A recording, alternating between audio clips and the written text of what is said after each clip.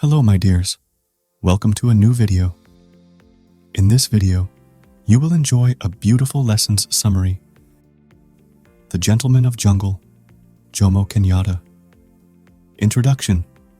JOMO KENYATTA, an African political leader and Kenya's first president, wrote a story called The Gentleman of the Jungle. This tale depicts the Kikuyu people's attitude toward European laws and commissions in Kenya. The European powers split Africa among themselves in the late 19th century. The plot of this narrative begins with an act of kindness mistaken as weakness. An elephant once formed a friendship with a man. Due to a severe thunderstorm, the elephant seeks cover with his companion. Because he only had room for him and the elephant's trunk, the kind man volunteered to let the elephant place his trunk inside his hut. The clever elephant, on the other hand, forced his way inside and hurled the man out. The man began grumbling and arguing with his companion. The lion, who had been disturbed, roared and demanded to know why there had been such a commotion. The elephant said that he had just been debating the ownership of the small home with a friend. In his dominion, the lion desired peace and tranquility. As a result, he commanded his ministers to assemble a commission of inquiry and provide a report. The man was pleased by the king of the jungle's pleasant remarks. Mr. Rhinoceros, Mr. Buffalo, Mr. Alligator, the Right and Honorable Mr. Fox as chairman, and Mr. Leopard as secretary to the commission were all appointed to the commission. However, no one from the man's side was there. When he objected, he was told that no one on his side was sufficiently educated enough to grasp the complexities of jungle law. He was also informed that he had nothing to worry because the members of the commission had been chosen by God and had teeth and claws. So, they would conduct a thorough investigation. The commission proceeded to hear the testimony. Mr. Elephant defended his actions by claiming that it had always been his responsibility to safeguard his friend's interests, which had led to the misunderstanding.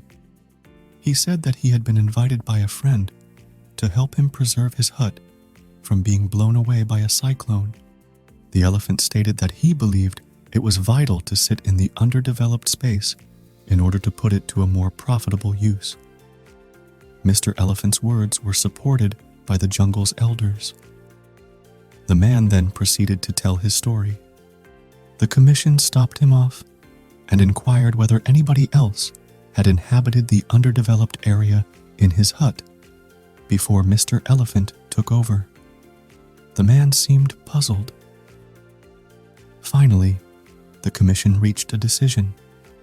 They came to the conclusion that the conflict sprang from a misunderstanding caused by man's antiquated, old-fashioned thinking.